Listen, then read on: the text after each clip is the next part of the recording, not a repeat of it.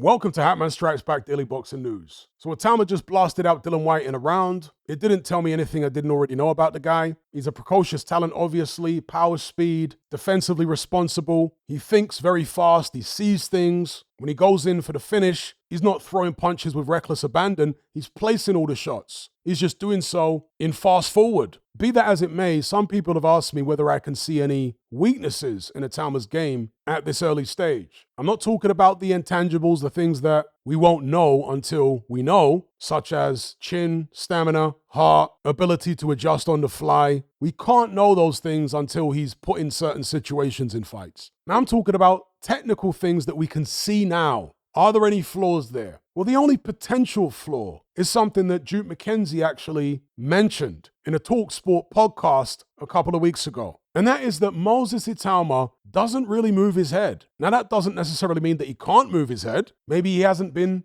forced to show us that he has that ability yet. But what I can tell you is that his primary method of avoiding punches is to move his feet. He jumps in, he throws a couple shots, and then he jumps back out to avoid the counters. Now, he keeps his hands up as well for the most part. So if he's up against an opponent who's fast enough to follow him when he jumps back out, he can maybe block any counters. And he keeps his hands up when he jumps in too, so that if his opponent tries to time him coming in, he can maybe block the shot. But what happens if he comes up against a stubborn opponent who's got good offense, who's got a good chin, a good defense, who he can't blast out in a couple of rounds, who's giving him a lot to think about, a lot to contend with, and we hit round 7, round 8, round 9, and all of a sudden, Itauma's feet aren't as fast anymore. So when he jumps into attack, he either can't jump back out because his legs are too tired, or he's jumping back out a lot more slowly, and therefore the opponents are able to catch him, maybe with a straight right hand down the middle or a straight left hand down the middle through that guard. What happens if his legs become so tired that he can't move at all? He'll need to move his head. Yeah, you can block certain shots, but a guard is not normally impenetrable, at least not to a sufficiently talented or powerful fighter. So we're going to need to see some slipping and rolling, some ducking and dodging from Itauma. Does he have those skills? He hasn't shown them so far. Again, he hasn't needed to, but normally when you see a fighter, even at this early stage of his career, 13 fights in, you get a hint of some head movement, that they can bend at the waist and roll the shoulder, slip and slide.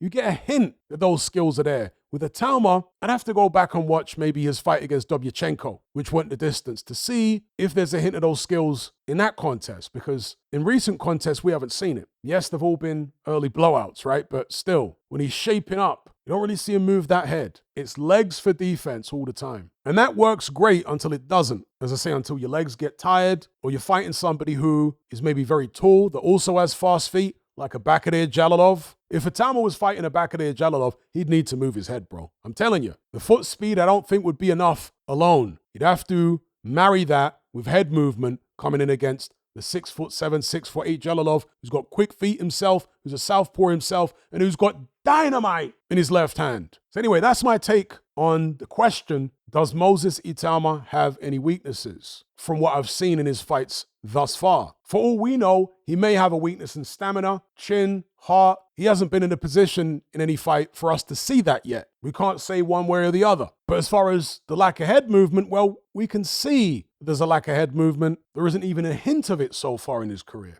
Could that be a problem moving forward? You guys let me know what you think in the comment section below. Don't forget to like and share this video. Subscribe if you haven't done so already. Thank you all for watching. I'll catch you on the next one. I'm out.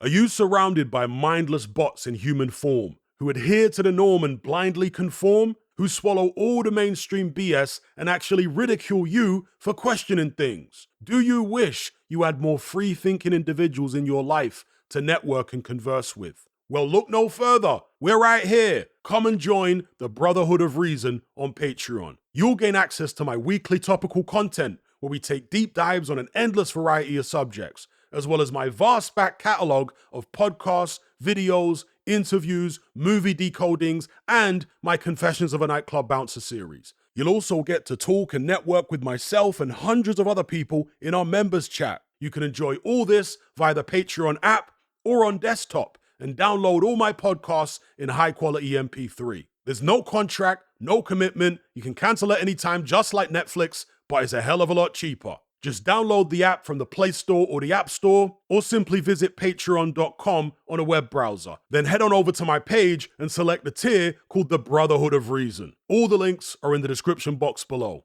And just a quick money-saving tip for Apple users. If you purchase your Patreon subscription on the desktop site or on Android, then you'll avoid the ridiculous 30% fee that Apple charges for purchases made on the iOS app. So if you're on iPhone or iPad, save yourself some money by buying your subscription on the actual Patreon website or on Android because it's a lot cheaper. Once you've made that initial purchase, you can then use the Patreon app on your iPhone or iPad thereafter to access and enjoy your content as normal.